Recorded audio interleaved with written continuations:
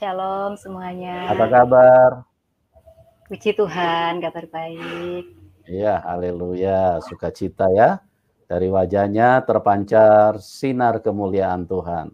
Setiap orang yang berjumpa dengan Tuhan, setiap orang yang dijamah Tuhan, wajahnya pasti berseri-seri. Oke? Pada malam hari ini, teman-teman, kita ya gimana, Mbak Wulan? Suaranya putus-putus, Pak. Oh, ya. Nanti suaranya ini Mbak Wulan bagus loh di sini. Iya, saya dengar pada Bapak yang kurang jelas kayaknya. Ya. Oke, baik Mbak Wulan, kita akan dengarkan. Terima kasih ya, Anda sudah berkenan hadir untuk berbagi dengan kami semua apa yang telah Tuhan Yesus perbuat, bagaimana Anda sempat membandingkan antara kitab keyakinan Anda sebelumnya dengan kitab Injil atau kebenaran firman Tuhan. Dan akhirnya Mbak Wulan, Ibu Wulan memutuskan untuk meninggalkan agamanya, meninggalkan keyakinannya sebelumnya, dan memilih untuk percaya kepada Tuhan Yesus. Baik teman-teman, jangan kemana-mana, stay tune, tetap di channel ini, karena Mbak Wulan akan membagikan kepada kita semua. Terima kasih ya Mbak Wulan sudah mau hadir, mau berbagi. Ya, sama-sama, Pak. Oke, puji Tuhan. Ya, waktu dan tempat kami serahkan kepada Anda. Silakan Anda ceritakan dari latar belakang bagaimana dulu Anda di agama sebelumnya sampai kemudian berjumpa dengan Tuhan Yesus. Silakan Mbak Wulan. Baiklah, terima kasih Pak atas kesempatan yang diberikan. Shalom semuanya, selamat malam. Puji syukur, saya sangat bersyukur ya malam hari ini diberikan kesempatan untuk boleh bersaksi tentang karya Tuhan di dalam kehidupan saya, di mana saya yang tadinya tidak mengenal Tuhan, kini saya diselamatkan oleh karena pengorbanannya di atas kayu salib, oleh karena iman kepadanya saja. Puji Tuhan ya, bersyukur sekali, saya sangat senang malam hari ini, sukacita karena boleh mengabarkan kabar baik buat semua yang mendengarkan atau mengikuti dari kesaksian ini. Sebelumnya perkenalkan, nama saya Wulan. Saya saat ini sudah berkeluarga. Saya berasal dari Kalimantan Timur ya, Kota Balikpapan, Kalimantan Timur, Kota Balikpapan. Latar belakang saya berasal dulunya dari agama Islam ya. Saya dari Muslim. Seluruh keluarga saya juga Muslim ya. Ya memang keluarga saya bukan keluarga yang fanatik banget ya. Jadi kami seperti keluarga Muslim pada umumnya. Tapi bagaimanapun kami tetap memegang teguh akidah kami, akidah Islam. Kami melakukan apa yang dilakukan layaknya orang-orang Islam ya, sebagai bentuk kewajiban sebagai seorang pemeluk, seperti sholat ya. Saya ini waktu masih Islam, dari kecil saya dididik untuk selalu mengerjakan sholat, karena sholat itu adalah tiang agama. Saya juga dari kecil diajar untuk mengaji, karena mengaji itu tidak seperti orang-orang bayangkan, nggak bisa langsung Al-Quran, tapi harus dimulai dari Iqra ya. Jadi dari mulai anak-anak biasanya orang-orang Islam itu mendidik anaknya untuk mengaji, seperti itu. Saya saya melakukan ibadah Islam saya saat saya masih Muslim dulu. Saya berusaha untuk melakukan apa yang menjadi kewajiban saya. Saya berusaha untuk sebisanya itu tidak meninggalkan sholat ya, karena memang satu kali saja ditinggalkan itu berdosa. Saya berusaha untuk sebisa mungkin saya itu menjadi umat yang taat ya, karena memang jujur bagaimanapun saya itu ada ketakutan di dalam diri saya untuk memikirkan kehidupan saya setelah saya mati nanti. Ada ketakutan akan neraka gitu ya. Karena saya sadar saya ini manusia berdosa. Seberapapun amal ibadah yang saya lakukan, seberapapun ketaatan saya nggak yakin. Saya masih nggak bisa yakin apakah saya bisa masuk surga. Karena rasanya saya nggak layak gitu ya, kayaknya saya nggak bisa. Kehidupan terus berjalan sampai saya dewasa, saya bertumbuh menjadi semakin mencintai agama saya. Khususnya pada saat SMP, SMA itu saya mulai mengenakan hijab. Saya berhijab, saya berusaha untuk terus memperdalam agama saya. Ya memang saya bukan orang pesantren, saya orang biasa, saya muslim biasa, tapi saya belajar untuk bagaimana saya tuh bisa lebih mengenal agama saya. Saya ingin bisa jadi lebih taat gitu ya. Saya semakin sering ikut pengajian, dengarkan tausiah ya, itu yang saya lakukan. Bahkan pada waktu SMA itu semakin dalam rasa cinta saya akan agama saya. Saya punya keinginan untuk bisa berislam secara kafah. Jadi arti kafah itu artinya keseluruhan. Di sana saya mulai berhijab dengan hijab syar'i. Jadi jilbab yang benar-benar panjang, yang hanya wajah dan telapak tangan saja yang terlihat. Saya mulai semakin sering, masa muda saya saat itu saya gunakan untuk hal-hal yang rohani, ikut pengajian, dengarkan ceramah, seperti itu ya. Ya sholat, jadi bahkan saya itu saking saya ingin melaksanakan ajaran-ajaran Islam. Jadi saya itu sampai pernah dulu waktu masih remaja itu, saya itu nggak pernah yang namanya pacar-pacaran. Saya itu nggak menikmati masa muda itu nongkrong-nongkrong atau jalan ke sana kemari dengan teman-teman saya. Jadi saya gunakan untuk pergi ke pengajian seperti itu ya. Ya saya hanya sholat seperti itu. Terus dan semakin saya menjalani kehidupan Islam saya, semakin tumbuh rasa bangga saya terhadap agama saya. Karena saat itu saya berpikir bahwa agama saya adalah agama yang paling sempurna, agama yang diridhoi, satu-satunya agama yang diridhoi Allah ya. Jadi satu-satunya agama yang diakui. Saya bangga karena begitu banyaknya agama di dunia ini, hanya agama saya yang diridhoi. Saya berpikir agama saya adalah yang terbaik dan saya sangat cukup bangga. Oleh sebab itu, rasanya kalau saya pikir-pikir sampai saya bisa seperti saat ini itu mustahil seperti itu ya. Karena memang tidak pernah ada keinginan untuk saya itu keluar dari agama saya yang dulu. Untuk murtad itu sangat jauh, tidak pernah terbesit sedikit pun karena saya tahu agama saya itu yang terbaik. Apalagi sampai menjadi orang Kristen, karena apa yang saya tahu dulu itu agama Kristen itu sesat. Orang-orang Kristen itu orang-orang kafir, orang-orang yang akan nanti jadi bahan bakar neraka.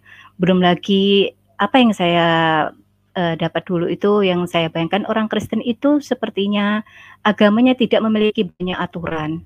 Sepertinya mereka boleh hidup semaunya. Terus mereka hanya ibadah ke gereja seminggu sekali.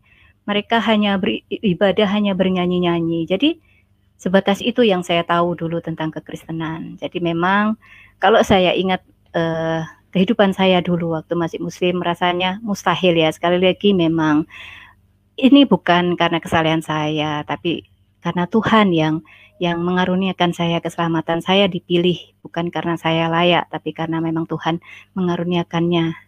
Nah, itulah kehidupan saya waktu saya masih muslim ya. Saya berusaha menjalankan bagaimana sebisanya saya bisa taat.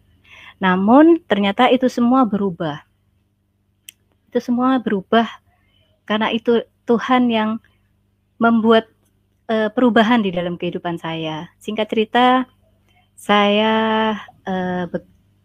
lulus sekolah, saya bekerja, kemudian saya menikah.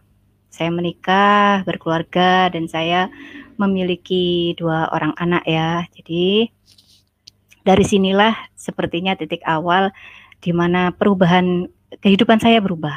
Jadi pada saat itu anak saya itu sering sakit-sakitan. Jadi gini, saya waktu itu berkeluarga, punya anak, dan kami memiliki usaha. Jadi kami memiliki usaha rental PlayStation. Nah, pada saat itulah Tuhan izinkan kejadian-kejadian buruk terjadi di dalam kehidupan saya. Waktu itu saya mengalami kerugian, saya mengalami penipuan, saya juga mengalami persaingan bisnis. Jadi ada orang yang di dekat rumah saya juga membuka usaha yang sama. otomatis usaha kami mulai menurun, pelanggan mulai berkurang. Nah, dan pada saat itu anak saya itu sering sakit-sakitan, dan satu ketika anak saya itu terkena sakit yang mengharuskan dia berobat terus-menerus, sampai beberapa kali diopname ya, terus, kami harus setiap minggu kami harus kontrol, harus cek urin dan segala macamnya. Anak saya juga harus mengkonsumsi obat setiap hari, dan di situ saya tuh sebagai seorang ibu, saya hancur hati bagaimana anak saya bisa sembuh seperti itu ya, bagaimana caranya. Karena sakitnya ini kambuh hilang. Nah, pada saat itu, dokter bilang sama saya seperti ini, "Bu, ini kalau misalnya anaknya kambuh lagi, jalan satu-satunya harus dibiopsi." Nah, pada saat itu, di Balikpapan itu tidak ada dokter spesialis ginjal anak. Jadi, yang ada di Surabaya. Jadi dokter menyarankan saya untuk berobat di Surabaya. Nah, pada saat itu kan rumah saya di Balikpapan, untuk berobat dan ke Surabaya, ongkos transport apa itu membutuhkan biaya yang banyak. Sementara kehidupan kami mulai terpuruk ya. Dan bukan satu kebetulan, di saat itu orang tua dari suami saya yang perempuan, jadi mertua saya itu yang ada di Pulau Jawa, di salah satu kota di Pulau Jawa itu meninggal dunia. Nah, karena mertua saya tinggal yang laki-laki, jadi mertua saya ini tidak ada orang yang menemani karena anaknya jauh-jauh semua ya.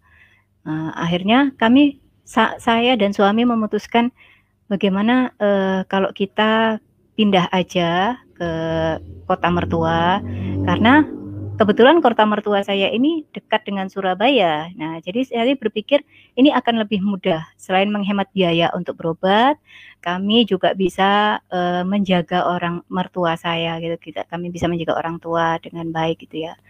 Singkat cerita, akhirnya kami memutuskan untuk pindah ke rumah mertua saya. Nah, perlu diketahui saudaraku bahwa mertua saya ini seorang Kristen, gitu ya. Tapi pada saat itu saya tetap memegang akidah saya. Itu tidak berpengaruh buat saya sekalipun mertua saya seorang yang Kristen. Jadi kami satu rumah, kami bertoleransi, kami masing-masing menjalankan agama kami, keyakinan kami. Waktu saya sholat, beliau itu beribadah ya, beliau bersaat teduh sendiri di kamarnya. Kalau saya ngaji, beliau itu memuji Tuhan. Jadi saya melihat bahwa mertua saya melihat sosok Kristen yang secara real, secara kehidupan sehari nyata itu adalah di kehidupan mertua saya. Karena selama ini saya kan nggak pernah kumpul dengan orang Kristen seperti apa. Saya melihat sosok mertua saya ini adalah Kristen yang taat. Beliau adalah orang yang sabar, beliau hampir tidak pernah marah, bahkan kalaupun marah, beliau tidak pernah bernada tinggi dan berkata kasar. Saya lihat luar biasa kehidupan beliau sebagai seorang Kristen. Beliau meskipun sudah tua, sudah cukup sepuh ya, tapi beliau tetap rajin beribadah, rajin ke gereja, hampir tidak pernah ketinggalan. Mungkin hanya kalau sakit nggak bisa datang. Beliau juga di rumah selalu bersaat teduh, bahkan kalau saya sholat itu beliau jam 4 sudah bangun. Jadi sebelum saya sholat subuh, beliau itu sudah bangun, sudah berdoa sendiri. Beliau juga selalu memuji Tuhan, selalu lihat berdoa. Jujur saya kagum ya lihat kehidupan beliau. Dari situlah ya, jadi beliau juga sering mengadakan persekutuan ya di rumah. Jadi pada saat itu saya sebagai mertua, saya sebagai menantu itu membantu untuk menyediakan makanan seperti itu ya. Tapi saya nggak ikut, saya memang tidak tertarik sama sekali, tidak pernah terbesit sama sekali untuk saya ikut kegiatan agama beliau. Saya hanya menyediakan seperti itu. Saya hanya lihat, oh ternyata gitu ya ibadahnya orang Kristen ya, nyanyi-nyanyi, kemudian dengar kayak khotbah seperti itu ya. Oh, mereka bersukacita gitu ya, bertepuk tangan, puji Tuhan. Dan saya lihat orang-orang itu begitu ramah-ramah, baik-baik seperti itu ya. Dan mereka tidak pernah mempengaruhi saya. Bahkan pada saat orang tua sakit, teman-teman beliau dari gereja itu datang mendoakan. Saya lihat begitu luar biasa kepedulian dengan sesamanya seperti itu. Singkat cerita, kami kami satu rumah selama 2 tahun, akhirnya saya melihat hal yang berbeda dan itu membuka pikiran saya. Saya melihat ternyata, kekristenan ini luar biasa ya. Nah, pada saat itu mertua saya meninggal ya, mertua saya yang laki-laki itu meninggal. Dan di situ saya mulai berpikir, saya jujur jadi penasaran dengan kekristenan. Karena saya berpikir begini, setiap kita ini jujur, kita ini hanya beragama itu karena keturunan ya. Setiap kita kebanyakan itu hanya mewarisi keyakinan dari orang tua kita. Kita yakini, kita pakai dan kita teruskan. Tanpa kita cari tahu dulu sebenarnya yang benar yang mana, seperti itu ya. Jadi kebanyakan dari setiap kita dan hampir semua orang seperti itu. Kecuali perjalanan hidup yang membawa akhirnya bisa berubah. Dan saya pikir kayak gini, setiap agama merasa setiap pemeluk maksudnya, setiap orang merasa bahwa agamanya yang terbaik. It's okay, mungkin memang ya wajar lah ya, memang merasa terbaik. Tapi Tuhan memberikan kita akal yang juga harus kita pakai untuk mengenal yang mana sebenarnya. Karena setelah saya pikir-pikir tidak mungkin semua agama benar. Karena buat saya kalau Tuhan itu satu, tidak mungkin memberikan ajaran yang berbeda-beda seperti itu. Akhirnya itu membuat saya penasaran dengan kekristenan. Saya penasaran dengan apa yang selama ini saya dapat waktu saya masih muslim ya, tentang kekristenan. Bagaimana saya saat itu mendapat pemahaman bahwa Kristen itu menyembah manusia, Kristen menyembah patung, bahkan saya pernah dengar seperti itu. Kristen itu sesat, Kristen itu Tuhannya itu beranak, dan segala macam. Tuhan Yesus itu tidak disalib, itu sudah saya dapatkan jauh sekali sebelum saya mengenal orang Kristen. Nah, kemudian saya penasaran, pada saat itu mertua saya sudah meninggal ya tadi ya, saya memutuskan untuk mengambil Alkitab mertua saya. Itu jujur pertama kalinya seumur hidup saya membuka Alkitab, saya membaca Alkitab. Pertama kalinya, jujur ya pada saat itu saya juga ada perasaan berdosa, ada perasaan ya bersalah, tapi rasa ingin tahu itu lebih besar gitu loh, karena saya pikir kalau saya nggak baca sendiri, saya nggak akan pernah tahu seperti apa gitu ya. Akhirnya saya mulai membaca, kayak saya memang tidak mengerti perjanjian lama, perjanjian baru, karena kami sama sekali tidak pernah, saya dulu tidak pernah mendapatkan ilmu tentang Alkitab itu seperti apa sih. Saya buka-buka perjanjian lama, oh saya pikir seperti sejarah ya, oh ada kisah nabi-nabi, tapi saya buka acak, saya buka kemudian di perjanjian baru, saya lihat, oh ternyata bagus ya, tapi saya baca acak-acak aja. Setelah itu saya jadi berpikir, apakah selama ini yang saya dapatkan ini benar ya? Akhirnya dari situ saya mulai penasaran untuk terus mencari tahu. Saya sholat, saya tetap menjalankan ibadah saya. Saya nggak meninggalkan ibadah saya sebagai seorang Islam. Saya hanya waktu saya membaca Alkitab, saya hanya penasaran, jujur. Bukan niat untuk menjadi orang Kristen sama sekali. Saya hanya penasaran, saya ingin tahu. Terus besoknya saya baca lagi, terus saya baca lagi. Begitu saya singkat cerita, saya baca, ternyata saya lihat Alkitab ini ternyata luar biasa. Karena Alkitab ini begitu detail gitu loh.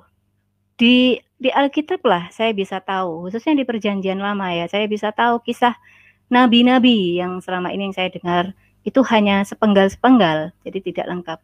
Dari Perjanjian Lama ini saya begitu mengerti, bahkan silsilah apa itu begitu lengkap dijelaskan. Dan dari Perjanjian Baru, dari situ saya melihat, wah luar biasa ya, banyak kata-kata bijak. Di Perjanjian Lama di Amsal itu banyak kata bijak juga. Di Perjanjian Baru saya lihat kayak seperti ada kata-kata motivasi. Seperti saya buka, saya setiap hari membaca Alkitab gitu. Saya usahakan, meskipun saya nggak mengerti, saya baca. Perlahan saya mulai mengerti bahwa Alkitab ini tidak seperti apa yang saya bayangkan sebelumnya, sebelum saya mengenal kekristenan ya, waktu saya Muslim. kok tidak seperti apa yang saya bayangkan ya, kan katanya Alkitab palsu, tapi saya nggak tahu seperti apa sih palsu kitab itu, seperti itu. Saya lihat ternyata luar biasa gitu. Apalagi setelah saya baca, saya jadi tahu tentang, karena tujuan saya memang membaca Alkitab itu saya ingin mencari tahu, mencari jawaban atas segala pertanyaan-pertanyaan yang dulu saya dapatkan itu. Apakah benar Tuhan Yesus, maaf ya, dulu saya menyebutnya Nabi Isa. Apakah benar dia itu Tuhan menurut Alkitab? Jadi saya cari tahu di situ, dan di situ saya melihat, saya mendapatkan jawaban bahwa dari Alkitab itu saya melihat rentetan peristiwa bagaimana dari silsilah Yesus, dari perbuatan-perbuatan Yesus bermukjizat, dan bagaimana peristiwa mulai dari dia bersama orang Yahudi yang tidak suka dengan dia, sampai dia disalibkan, sampai kemudian dia mati dan dibangkitkan. Dari situ saya mulai berpikir, loh ternyata di Alkitab ini dituliskan jelas bahwa memang Yesus itu disalibkan, sementara yang saya tahu dulu tidak disalibkan seperti itu. Dan saya baca, setelah saya pahami, ternyata orang Kristen itu tidak menyembah 3 Tuhan, apalagi menyembah patung. Itu tidak sama sekali, dan itu benar-benar salah. Itu yang membuka pikiran saya, jadi saya berpikir gini, ini yang mana yang benar, saya pikir seperti itu. Karena buat saya fatal, karena gini, bagaimana mungkin kitab saya yang dulu mengatakan hal yang berbeda dengan Alkitab.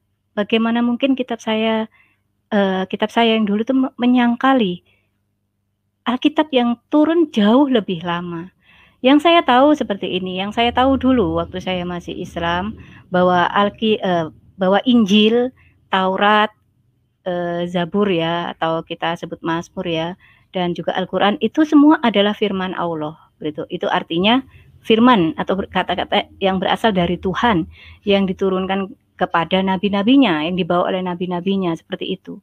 Nah, mengapa kok berbeda gitu loh, antara kita disuruh mengimani, kita disuruh mempercayai, tapi kenapa kok berbeda antara Alkitab dengan Al-Quran? Kenapa Tuhan bisa menjadi berbeda? Di satu sisi waktu Injil, Tuhan berkata bahwa Nabi Isa itu atau Yesus itu disalib. Ini pemahaman saya dulu. Kemudian kok di Al-Quran kok tidak disalibkan? Kenapa kok berbeda? Saya berpikir ini something wrong gitu ya. Ada yang salah pasti seperti itu. Saya pikir karena Tuhan tidak mungkin plan seperti itu loh. Bagaimana Tuhan tidak mengetahui kejadian sesungguhnya seperti itu. Saya berpikir seperti itu. Kemudian terus saya berusaha untuk terus mencari tahu, dan saya juga membaca ya di Alkitab ini. Saya mulai melihat bahwa apa yang dulu dikatakan itu semua tidak benar. Jadi Tuhan Yesus memang benar. Jadi Tuhan Yesus intinya memang disalib. Sementara Nabi Isa bilang itu diangkat. Jadi saya menjadi bingung, ini yang mana yang benar, seperti itu. Akhirnya saya berdoa, saya tetap sholat, saya berdoa. Bagaimana mungkin? Saya jujur bimbang ya, saya bingung mana yang benar, Islam atau Kristen, saya pikir seperti itu. Karena selama ini saya mendapatkan pemahaman bahwa Yesus tidak disalib, bahwa Yesus itu bukan Tuhan. Tetapi ketika saya membaca Alkitab, saya bisa melihat bahwa banyak sekali ayat-ayat yang menyatakan bahwa Yesus itu adalah memang Tuhan gitu. Banyak sekali ayat-ayat yang menyatakan hal itu. Nah, jadi saya bingung. Kalau memang benar kata orang bahwa Alkitab dipalsukan, tapi saya tidak pernah mendapat jawaban yang mana yang dipalsukan, dan bagaimana mungkin Tuhan tidak bisa menjaga firman-Nya gitu loh. Kalau memang maaf, Al-Quran itu katanya menyempurnakan, tapi saya berpikir, loh kenapa? Apakah firman-Nya yang dulu itu tidak sempurna sehingga harus disempurnakan lagi? Bagaimana mungkin Tuhan tidak bisa menjaga kitabnya seperti itu? Nah, dan ini lagi yang saya ketahui sejak saya mulai mulai mempelajarinya, bahwa yang saya tahu dulu itu Injil itu diturunkan, karena memang ada ya di Al-Quran itu, saya lupa ayatnya di mana, bahwa Tuhan menurunkan Injil kepada Nabi Isa, kan Al-Quran kepada Muhammad, seperti itu. Al-Quran kepada Muhammad. Nah, setelah saya mempelajari Alkitab, saya jadi tahu bahwa itu tidak benar, gitu loh. Bahwa Injil itu bukan diturunkan. Justru Injil itu yang tulis itu adalah murid-murid Yesus sendiri, murid-murid Tuhan Yesus sendiri. Jadi bahkan Injil itu menceritakan tentang Tuhan Yesus, gitu loh. Injil itu adalah Yesus, kabar baik itu, seperti itu. Dan di Alkitab ini bukan hanya terdapat Injil. Dari sini justru setelah saya membaca Alkitab dan saya mulai menggali, ya, saya nonton kesaksian, saya nonton khotbah-khotbah. Saya mulai tahu bahwa ternyata di Alkitab ini, saya itu nggak tahu, ternyata di Alkitab itu juga ada Taurat. Jadi perjanjian lama itu saya baru tahu. Jadi seumur-umur saya waktu masih Islam, saya disuruh mempercayai bahwa dulu ada diturunkan namanya Taurat, Injil, dan Zabur. Saya tapi enggak tahu, disuruh mempercayai tapi saya enggak pernah tahu, gitu loh. Dan dari sini saya baru tahu bahwa oh, ternyata Taurat itu ada di sini, ada di Alkitab ini. Alkitab ini lengkap, bukan hanya Injil, tetapi juga ada Taurat, ada Mazmur, dan banyak sekali, gitu. Gitu ya, seperti itu. Nah, dari situ itu membuka pikiran saya. Jujur saya mulai lebih tertarik lagi ke Kristenan, ya. Singkat cerita, saya mulai sedikit meragukan agama saya, ya. Saya sedikit meragukan agama saya karena saya pikir kok rasanya kok tidak masuk akal. Jujur saya lebih mempercayai kitab yang memberikan data-data yang otentik, yang menjelaskan secara detail, ketimbang saya hanya mendapat penjelasan yang hanya sepenggal. Setelah itu saya disuruh mempercayai tanpa saya mencari tahu. Nah, akhirnya singkat cerita saya mulai meninggalkan sedikit-sedikit ibadah saya Islam. Saya mulai tinggalkan, dan kemudian tapi pada saat itu saya belum terima Tuhan Yesus. Jadi tapi kerinduan itu semakin besar. Kerinduan yang semakin besar itu membuat saya untuk memutuskan untuk ke gereja. Meskipun saya tinggalkan tapi kadang-kadang masih sholat, gitu ya, masih kadang sholat karena masih ada ketakutan untuk meninggalkan perintah itu, gitu ya. Saya masih kebayang-bayang neraka seperti itu, ya. Jadi kadang-kadang sholat masih, tapi sudah tidak serutin dulu. Nah, waktu sholat itu saya berdoa, saya minta petunjuk sama Tuhan. Tuhan, kalau memang Islam ini yang benar, kuatkan iman saya. Tapi kalau memang Kristen itu yang benar, mudahkan saya buat belajar. Nah, setiap kali saya berdoa, tapi hari ke hari justru ada kerinduan yang besar. Ada kerinduan yang besar untuk saya semakin mempelajari kekristenan. Akhirnya saya memutuskan untuk ke gereja. Saya memberanikan diri untuk ke gereja. Dari sanalah akhirnya saya tahu yang namanya di dalam gereja itu seperti apa. Ketika saya masuk ke gereja itu pertama kali, jujur ya, saya itu merasakan, dulu saya tidak tahu namanya hadirat Tuhan seperti apa, tapi pada saat itulah saya itu merasakan hadirat Tuhan yang luar biasa. Saya merasakan hal yang berbeda ketika saya masuk gereja. Apalagi ketika puji-pujian dinaikkan, pujian penyembahan dinaikkan. Saya itu bisa tiba-tiba itu nangis, air mata saya itu mengalir dengan deras, saya mengalir. Saya tidak mengerti kenapa. Hanya saja pada saat itu saya merasakan bahwa ada perasaan, berbagai macam perasaan yang berkecamuk di dalam diri saya. Saya merasa tidak berharga, saya merasa orang berdosa, saya merasakan sangat rindu ingin dekat dengan Tuhan. Saya tapi juga merasakan seolah-olah Tuhan ada bersama saya. Segala macam itu semua saya rasakan. Itu membuat saya terus menangis, dan ada kerinduan yang besar untuk minggu depan saya datang lagi. Akhirnya saya datang lagi minggu terus seperti itu. Sampai satu ketika, tapi jujur ya, meskipun seperti itu, saya belum sepenuhnya yakin 100% dengan kekristenan. Jadi saya masih bimbang. Jujur itu membuat pada saat itu perasaan saya itu benar-benar galau ya. Saya itu rasanya kepala saya mau meledak karena saya bingung mana yang benar. Karena buat saya seperti ini. Karena ini berkaitan dengan hidup mati saya, berkaitan dengan nasib saya di kekalan. Karena menurut saya, apa yang kita percaya di dunia ini, itu akan berdampak nanti di kekekalan. Kalau kita mempercayai hal yang salah saat ini, maka kita akan menerima konsekuensinya nanti di kekekalan. Dan saya nggak mau berada di tempat yang salah seumur hidup dan abadi di tempat yang mengerikan buat saya, seperti itu ya. Dan itu yang cukup sangat membuat saya bingung. Saya harus seperti apa gitu ya. Nah, pada saat itu singkat cerita ada KKR ya. Nah, tadi kan saya cerita kalau anak saya sakit kan. Nah, pada saat KKR itu jujur saya mendengar saya sukacita sekali karena wah, saya pernah dengar, saya pernah nonton ya, di itu kalau nggak salah di mana ya, di RCTI apa di mana saya lupa itu. Tapi saya nggak mengikuti terus-terusan karena saya nggak percaya. Dulu itu saya nggak percaya karena saya beranggapan bahwa itu settingan, itu pura-pura mereka itu kerjasama antara yang sakit dengan pendetanya itu kerjasama, mereka pura-pura sembuh supaya orang lihat wah hebat orang Kristen, wah hebat orang Tuhannya orang Kristen itu hebat itu. Dulu saya itu berpikiran seperti itu, tapi karena pada yang saat itu saya mulai meragukan agama saya dan saya belum begitu yakin dan saya juga kepikiran anak saya yang sakit. Saya ya jujur sukacita ya kayak apapun namanya orang tua pengen anaknya pasti sembuh ya. Akhirnya saya memutuskan untuk membawa anak saya itu ke KKR. Nah, pada saat itulah anak saya didoakan, tapi saya ikut. Jadi di KKR itu kan untuk orang sakit berbeda ya, orang sakit tempatnya sendiri, terus yang tidak sakit itu terpisah. Saya merasa gini, waduh kalau saya nggak ikut yang di bagian orang didoakan, saya rasanya kok nggak merasa, saya nggak puas gitu ya. Saya ingin mendapatkan sesuatu yang lain gitu ya. Saya pengen tahu, jadi saya pengen kenal banget sama Tuhan gitu. Nah, kemudian saya memutuskan juga untuk ikut di orang yang didoakan. Memang saya punya sakit mah ya, tapi nggak parah sih. Nah, kemudian saat itu anak saya didoakan. Anak saya itu nangis waktu didoakan. Waktu selesai itu dia cerita kalau di punggungnya itu kerasa kayak hangat mengalir gitu katanya. Jadi hangat ngalir gitu, kayak hangat bergerak ngalir gitu seperti itu. Dan dia itu menangis gitu. Saya tidak ngerti kan dulu saya masih Muslim. Saya juga kemudian didatangi dengan pendoa juga, ditanyain, "Ibu sakit apa?"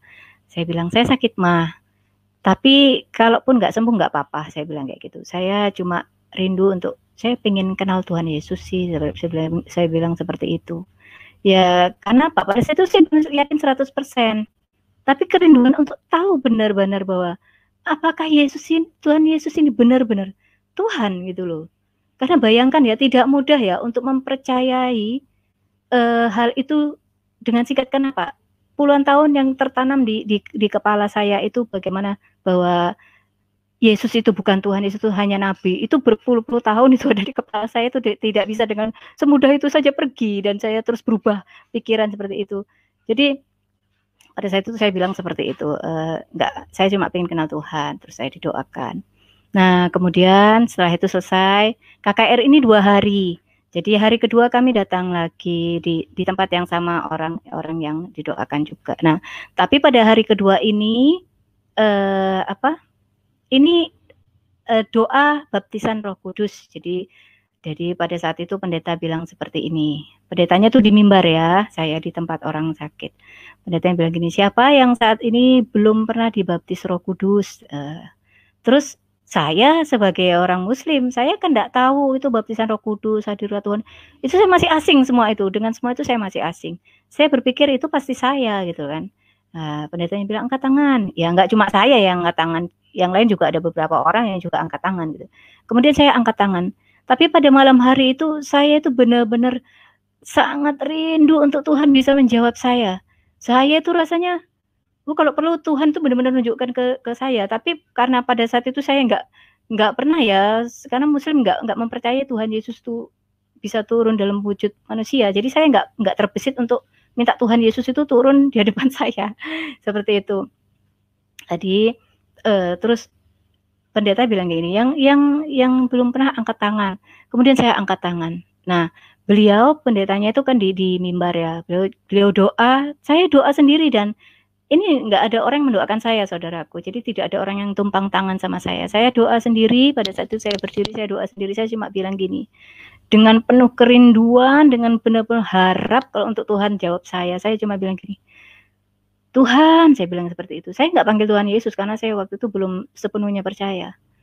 "Tuhan, kalau memang Yesus itu adalah Tuhan," saya bilang seperti itu, "tunjukkan mukjizat-Mu malam hari ini." Saya mau percaya, saya bilang gitu. Tunjukkan mukjizatmu malam hari ini. Dan puji Tuhan saat itu saudaraku, Tuhan menjawab doa saya. Waktu saya berdoa, itu saya rebah. Setelah saya rebah, saat itu saya merasakan lawatan Tuhan. Saya enggak ngerti ya, setelah saya Kristen saya tahu bahwa itu ternyata lawatan Tuhan. Saya itu ya, badan saya dari ujung kepala sampai ujung kaki saya itu terasa dingin sekali. Bukan dingin orang sakit ya, tapi dingin yang begitu sejuk seperti apa ya, kalau diibaratkan mungkin kayak disiram air es atau mungkin di salju ya. Pokoknya dingin, seumur hidup saya tidak merasakan hal yang seperti itu. Tapi bukan dingin orang sakit, karena dingin orang sakit gak mungkin dengan tiba-tiba hilang. Itu saya dingin sekali, tiba-tiba saya menerima karunia bahasa roh. Waktu itu saya nggak paham kalau itu bahasa roh. Jadi tiba-tiba mulut saya bergerak, bergetar sendiri. Bergetar-getar, terus saya agak bingung gitu kan. Tapi saya dalam keadaan sadar, saya enggak pingsan terus lupa ingatan, enggak. Tapi saya tidak bisa, seperti saya sudah tidak bisa mengontrol diri saya. Dan itu saya baru tahu kalau itu saya dipenuhi oleh roh gitu ya, oleh Roh Kudus. Nah, pada saat itu saya dibopong. Jadi ada orang yang menghampiri saya, itu sepertinya pendoa-pendoa ya, menghampiri saya dan memindahkan saya ke ruang yang tersendiri. Jadi ruang untuk orang-orang didoakan. Di situ saya didoakan. Setelah didoakan, kemudian saya tanya, "Saya kenapa?" Saya bilang seperti itu. "Oh, enggak apa-apa, Mbaknya itu dilawat Roh Kudus." Terus saya bilang, "Berarti saya sudah percaya, berarti saya sudah diterima Tuhan Yesus?" Saya bilang seperti itu. "Iya, Mbaknya kalau Mbaknya percaya, Mbak sudah terima Tuhan Yesus. Terus sekarang saya harus apa?" kata saya. Terus ini, "Ya sama seperti orang Islam ada syahadat, kalau kita itu baptis," katanya dia seperti itu. Nah, kemudian dari situlah, setelah itu saya pulang kan, saya baru tahu ternyata baptisan Roh Kudus itu juga tidak semua orang mendapatkan, dan pada saat itu saya mendapatkan. Dari situlah saya mulai berpikir, apalagi yang saya cari? Tuhan sudah menjawab. Segala pertanyaan tentang kekristenan saya sudah mendapatkannya, gitu loh. Saya sudah mendapatkan jawaban dari Alkitab. Dan apalagi yang terjadi, yang saya alami, saya mendapat mukjizat ya. Dan anak saya sembuh ya, saya lupa cerita. Anak saya sembuh dan saya mendapat karunia bahasa roh ya, karunia dari Roh Kudus. Itu yang membuat saya yakin, apalagi yang saya tunggu-tunggu lagi. Apalagi yang membuat saya ragu untuk terima Tuhan Yesus. Dan saat itulah saya mulai memberikan diri saya buat Tuhan Yesus ya. Saya besoknya saya minta untuk dibaptis. Kemudian akhirnya saya komitmen sama Tuhan untuk saya benar-benar hidup di dalam Tuhan. Saya mau untuk terus lebih lagi di dalam Tuhan. Saya mulai menjalani kehidupan kekristenan saya pada saat itu. Dan memang ya setelah jadi orang Kristen itu tidak mudah, karena ada banyak tantangan yang saya hadapi. Jadi saya jujur mendapatkan perlakuan yang sudah tidak enak ya dari lingkungan saya ya. Mendapatkan penolakan. Dulu orang-orang yang baik sama saya, sejak tahu saya jadi Kristen, saya mulai dijauhi. Bahkan tetangga saya yang dulu akrab, saya sudah nggak akrab lagi. Teman-teman saya sudah mulai menjauhi saya. Sekalipun papasan dengan saya gitu, tatap muka gitu, mereka kayak cuek, kayak enggak ada saya, seperti itu. Bahkan pernah juga ya, saya di rumah saya itu kan buka bimbingan belajar, dan saya itu pasang di pagar saya itu spanduk gitu, spanduk bimbel gitu ya. Pada saat saya ke gereja, begitu saya pulang saya lihat spanduk saya itu sudah dibakar sama orang. Dan pernah juga pada saat itu pintu depan rumah saya itu ditaruhin lemari bekas yang cukup besar, padahal rumah saya kan bukan tempat sampah gitu ya, ditaruhin seperti itu. Tapi saya sudah siap dengan segala konsekuensinya. Sejak saya memutuskan untuk menjadi orang Kristen, saya tahu saya harus pikul salib. Jadi saya siap dengan segala konsekuensinya. Termasuk juga pada saat itu saya butuh waktu 1 tahun untuk berani bersaksi ke keluarga saya yang ada di Balikpapan, khususnya orang tua saya, untuk saya mengatakan bahwa saya ini sekarang sudah Kristen. Ya memang ya otomatis ya mereka kecewa ya, karena mereka berpikir anaknya murtad gitu kan, menjadi orang kafir. Mereka marah sambil nangis. Begitu juga dengan keluarga yang lain, akhirnya kami sudah nggak bisa sehangat dulu. Namun puji Tuhan, sekarang orang tua saya sudah bisa menerima, dan bahkan kadang-kadang kalau pas sakit itu mau untuk saya doakan. Jadi itulah tantangan yang saya hadapi. Kemudian saya menjalani kehidupan saya sebagai seorang Kristen. Nah, saya mulai semakin sering lagi untuk belajar untuk mengimani, melakukan firman Tuhan ya. Jadi saya kan sering baca itu bagaimana Yesus berkuasa, bermukjizat menyembuhkan orang sakit. Nah ini, jadi saya mau cerita ada satu kejadian di mana saya begitu kagum akan kuasa nama Tuhan ya. Jadi pada saat itu saya ingin membuktikan sendiri bagaimana nama Tuhan itu berkuasa. Jadi waktu itu anak saya itu kepalanya itu bocor, kena besi, darah itu ngalir terus. Terus saya doakan, dalam nama Tuhan Yesus, darah berhenti, saya bilang seperti itu. Dan darah itu berhenti, saudaraku. Kemudian pernah juga anak saya itu mau berangkat sekolah, lehernya itu ada kayak benjolan gitu, dan untuk nelan tuh sakit sekali. Jadi memang sakit seperti itu ya. Terus, leher saya sakit tuh saya doakan dalam nama Tuhan Yesus, benjolan kempes, saya bilang seperti itu. Nah kemudian waktu jam 9 saya doa lagi sama Tuhan. Saya bilang, Tuhan Yesus saya percaya, hanya dengan menjamah jumbai jubah Tuhan saja anakku sembuh. Dan ketika pulang sekolah nggak lama itu saya lupa kalau dia sakit, terus agak sore itu saya tanya gimana sakitnya, terus anak saya itu cerita, iya tadi jam 9 itu pas istirahat kayak sakit, tiba-tiba kempes hilang, nggak sakit lagi sudah. Dari situ saya kagum, berarti memang benar-benar nama Tuhan Yesus berkuasa, saya bilang seperti itu. Dan ada yang terbaru itu, jadi di pergelangan tangan saya ini yang kanan ini, ini dulu tuh ada benjolan ya, kayak tulang itu benjol, ya lumayan cukup terlihat agak besar gitu ya. Itu karena saya nyuci spray, kemudian saya peras, dan karena terlalu kuat ya untuk melintir keluar, tangan saya itu sampai bunyi tak gitu ya, dan itu langsung sakit sekali dan menonjol gitu keluaran seperti itu. Dan itu belasan tahun tidak pernah hilang. Jadi tidak pernah hilang. Dan sejak saya jadi orang Kristen, saya mulai belajar, ini kira-kira bisa nggak ya sembuh ya kalau saya doa juga, saya bilang seperti itu. Terus saya doa, dalam nama Tuhan Yesus, benjolannya sembuh, hilang, saya bilang gitu. Saya lihat, masih tetap gitu ya. Tapi saya percaya sih memang Tuhan Yesus berkuasa, tapi juga berdaulat untuk tidak menyembuhkan, saya pikir seperti itu. Sudah besoknya saya doakan lagi, dalam nama Tuhan Yesus, hilang. Nah, saya nggak perhatiin, ternyata nggak lama saya lihat benar-benar hilang. Jadi di situ saya kagum. Karena apa? Tuhan Yesus itu benar-benar ajaib gitu loh. Kuasanya itu masih bekerja sampai bahkan detik ini. Mukjizat-mukjizatnya itu masih terjadi bahkan sampai detik ini.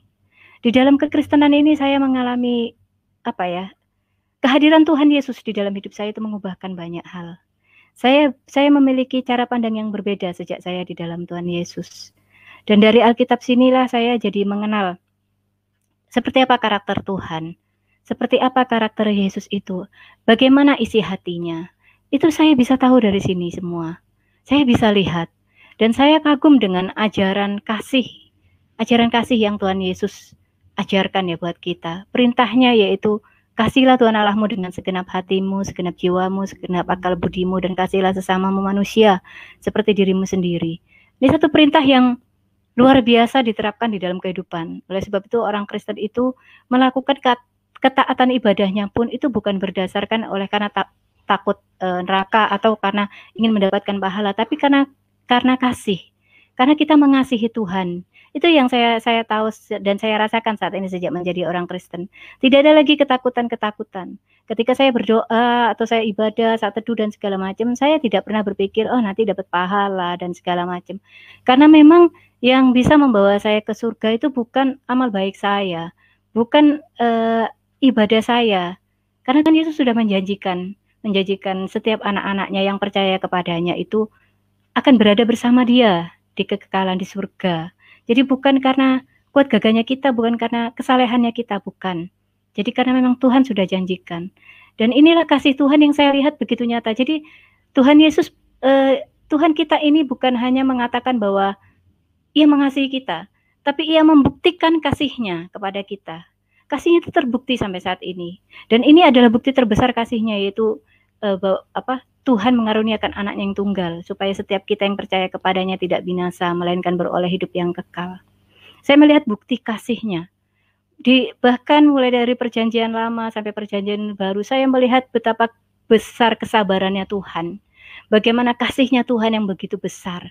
Dan inilah jadi yang membuat saya semakin percaya bahwa, dan semakin tahu bahwa itulah Kristen ternyata tidak seperti apa yang saya bayangkan dulu.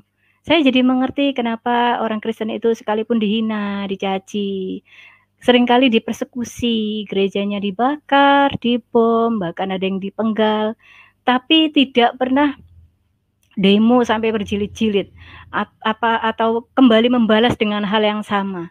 Karena Tuhan nggak mau seperti itu. Karena Tuhan mau kita itu orang Kristen itu untuk mengasihi bahkan musuh kita dan mendoakan orang yang menganiaya kita. Itulah yang membuat saya kagum dengan kekristenan. Itulah yang membuat saya jatuh cinta dengan Tuhan Yesus.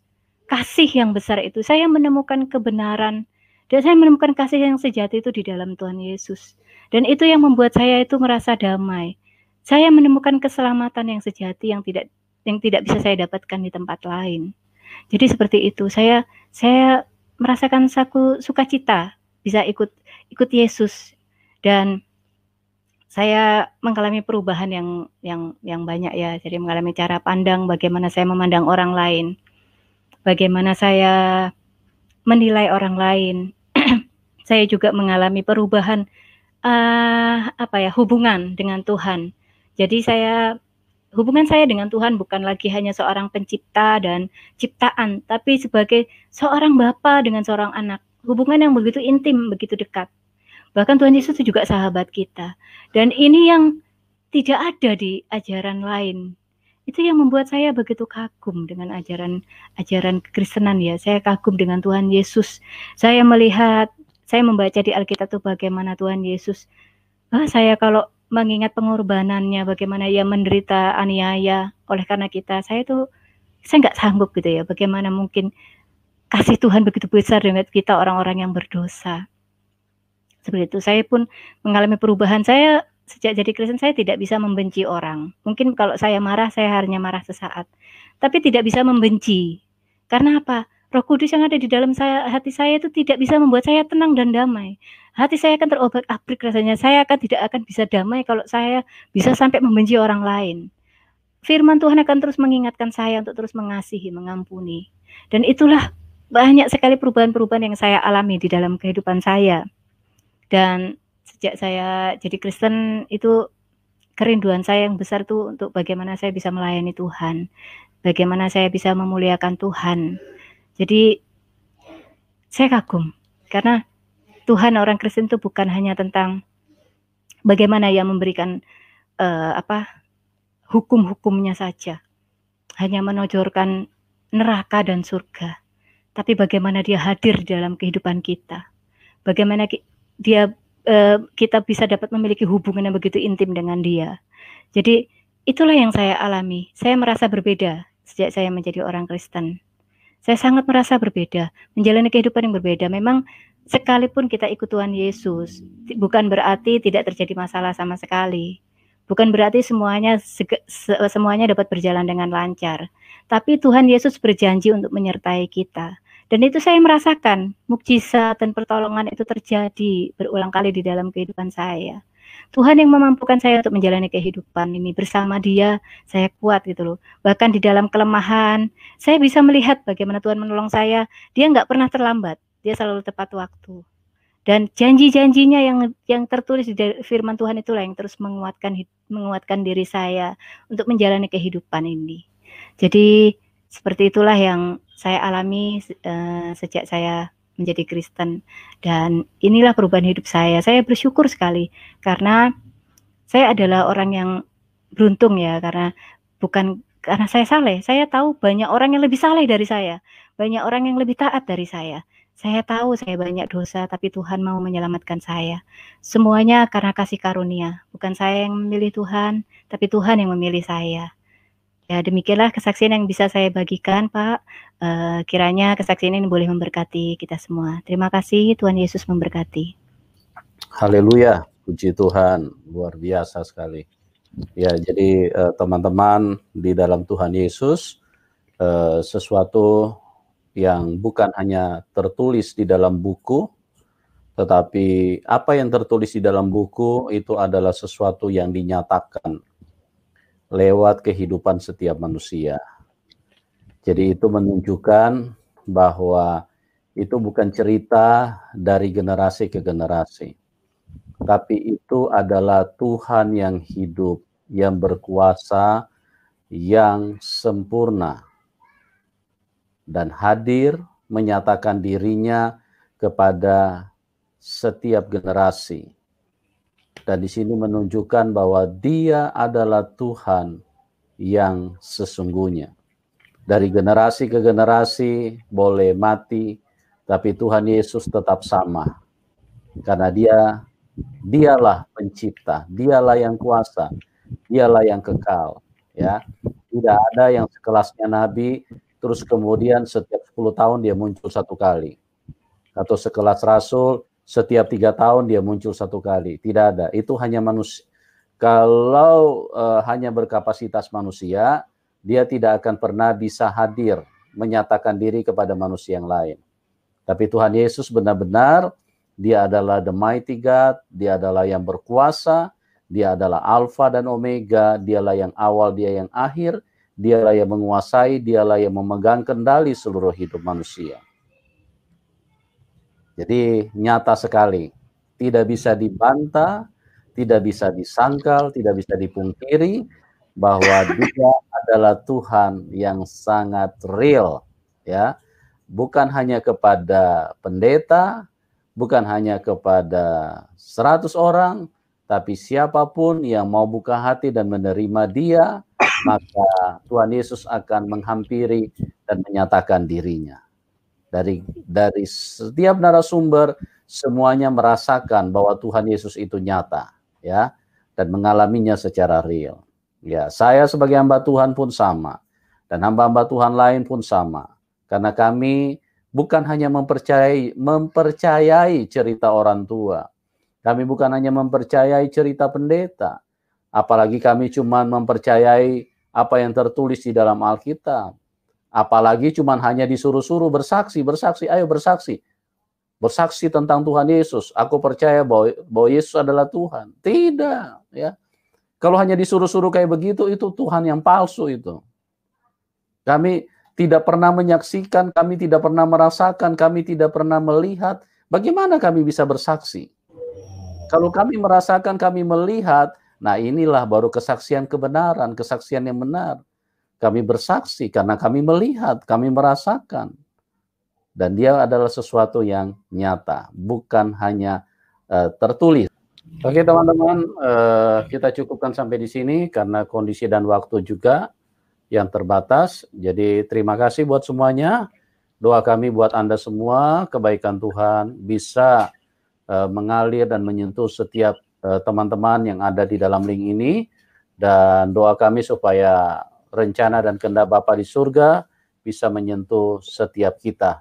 Supaya apa? Supaya kita bisa masuk dalam kerajaan surga. Karena itulah Tuhan Yesus mati dengan cara yang mengerikan. Supaya kita dibebaskan dari kematian yang mengerikan. Dari hukuman yang akan menimpa manusia yang menolak kebaikan Tuhan di dalam hidup ini. Oke? Terima kasih buat semuanya dan terima kasih buat Ibu Wulan yang sudah bersaksi, bermurah hati. Sudah menyampaikan kekuatan, memberi kekuatan, menjadi berkat bagi kami semua. Doa kami buat Anda supaya Tuhan Yesus terus menyatakan kuasa dan kasih-Nya dan semakin setia dan dipakai Tuhan. Teman-teman silakan Anda yang diberkati dan ingin mendukung pelayanan dari Ibu Wulan, di bawah layar deskripsi kami sudah cantumkan nomor rekening beliau. Dan sekali lagi bagi Anda yang belum sempat berdiskusi malam hari ini, kami arahkan ke program selanjutnya. Tuhan Yesus memberkati kita semua dan salam kemenangan buat kita semua. Amin. Amin.